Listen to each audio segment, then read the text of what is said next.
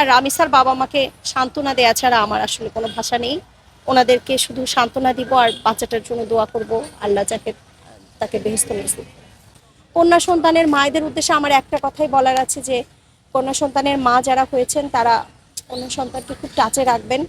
আমাদের ঢাকা বারে ঢাকার ঘটনা, যেহেতু ঢাকা কোর্টেই তো তার মামলাটা বিচারাধীন থাকবে, তো ঢাকা বার থেকে একটা সিদ্ধান্ত হয়েছে। এখন যারা কার্যকরী কমিটি আছে আমি তাদেরকে স্যালুট জানাই।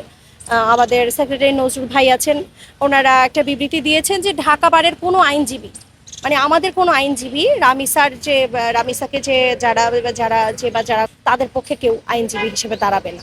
এটা অনেক বড় একটা উদ্যোগ, এই উদ্যোগকে আমি স্যালুট জানাই। আমি তাদের উদ্দেশ্যে একটা বার্তাই দিতে চাই, তাদের এখন ওটা বলা ঠিক হবে না যে তাদের আরেকটু সচেতন থাকা দরকার ছিল। এটা সবই আসলে তাদের কপাল, মানে তারা আসলে ভাগ্যকে দোষারোপ করা ছাড়া কিছু করতে পারবে না এই মুহূর্তে। তবে তাদের আরেকটা মেয়ে আছে, আমরা বলবো তারা যেন সচেতন থাকে। শুধু তাদের কেন, আমি সব বাবা মাকে এই কথাটা বলি যে তারা সচেতন থাকতে। দেশে না মানে একটা একটা ঘটনা ঘটলে এটাকে কত নোংরা দিকে প্রবাহিত করা যায়। আমাদের দেশের জনগণের কিছু কিছু জনগণের, সবার না, কিছু কিছু মানুষের এই প্রবণতাটাও অনেক আছে। এটা খুব খুব খারাপ লাগে এই সমস্ত কথা।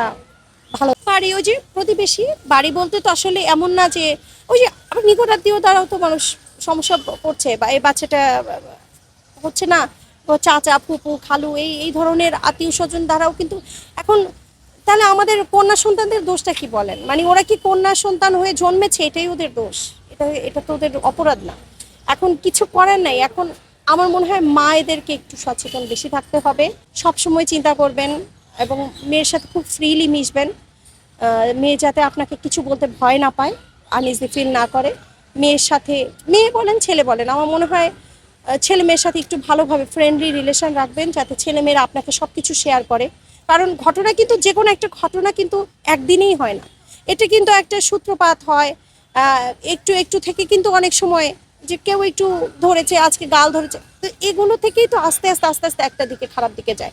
এখন যার মোটিভ খারাপ, বাচ্চাটা যদি একদিন আপনার ওই টিচারটা সম্পর্কে, ওর সম্পর্কে একটু কমপ্লেন দেয়, আপনারা অন্তত খতিয়ে দেখবেন যে আসলে আপনার বাচ্চা যেটা বলেছে এটা কি সঠিক বলেছে নাকি ভুল বলেছে। আমরা সন্তানদেরকে অনেক সময় হয় না যে আমরা বাচ্চাদের বকা দেই, তুমি দুষ্টুমি করছো, বেশি কথা বলছো। আমার মনে হয় আমার সন্তান আমাকে যা বলছে আমার ওই কথাটাই মানা উচিত, ওইটাই শোনা উচিত। হ্যাঁ, বাচ্চারা দুষ্টুমি করবে, কিন্তু ওই যে ফ্যামিলি এডুকেশনটা যেন থাকে, যে মিথ্যা বলবে না, মিথ্যা না বলার এটা যেন থাকে। তাহলেই তো বাচ্চারা আপনাকে যেটা বলছে সঠিক যদি বলে, বাচ্চাদের ব্যাপারটা একটু বুঝে দেখবেন, একটু খতিয়ে দেখবেন, তাহলে তো আমার মনে হয় এই ধরনের ঘটনাগুলো অ্যাভয়েড করা সম্ভব। মানে আপনি বলতে চাচ্ছেন অভিভাবকদের আরেকটু সচেতন হওয়া। হ্যাঁ, অবশ্যই। দেখেন, আমার বাচ্চাকে আমার বাসায় এসে তো আর অন্য কেউ নিরাপত্তা দিতে পারবে না, কোনো পুলিশ এসে আমার বাসায় নিরাপত্তা দিতে পারবে না। আমার বাচ্চার নিরাপত্তা তো আমাকেই দিতে হবে। সুতরাং আমি বলবো খুব সজাগ দৃষ্টি থাকতে হবে একেবারে।